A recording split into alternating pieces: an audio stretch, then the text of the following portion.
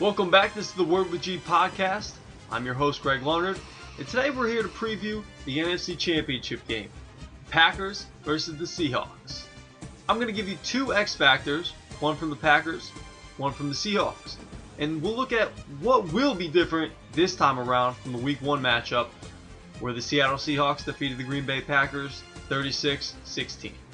So you sit back and listen, and I'll explain. First, the Green Bay Packers X Factor in this game will be Davante Adams.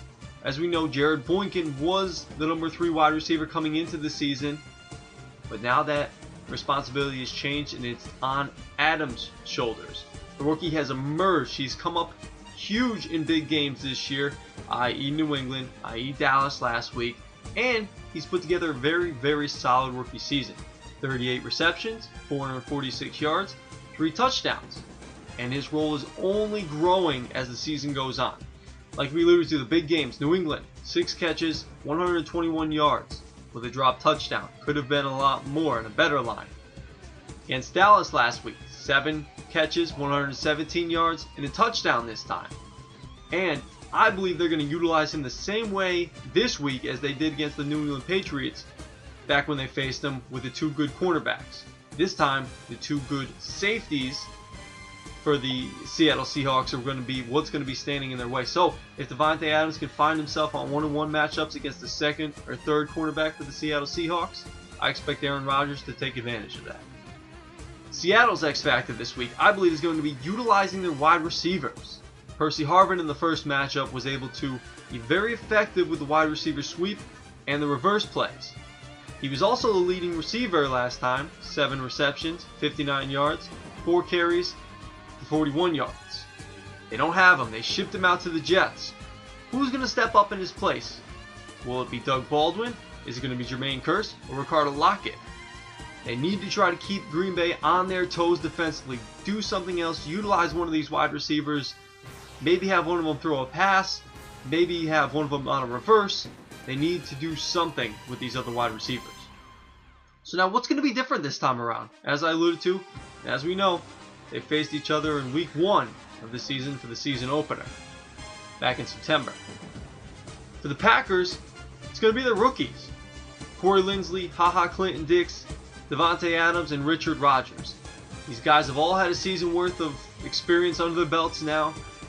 Some of them, or all of them, were starting in their first NFL game or played just in their first NFL game. So that's going to be a lot different. The experience is going to be huge. Linsley, Adams, and Richard Rodgers, they all have the faith and the trust from Aaron Rodgers now. Linsley with the snaps and the blocking. Davante and Richard with the receiving ability to get open, take advantage of one-on-one matchups.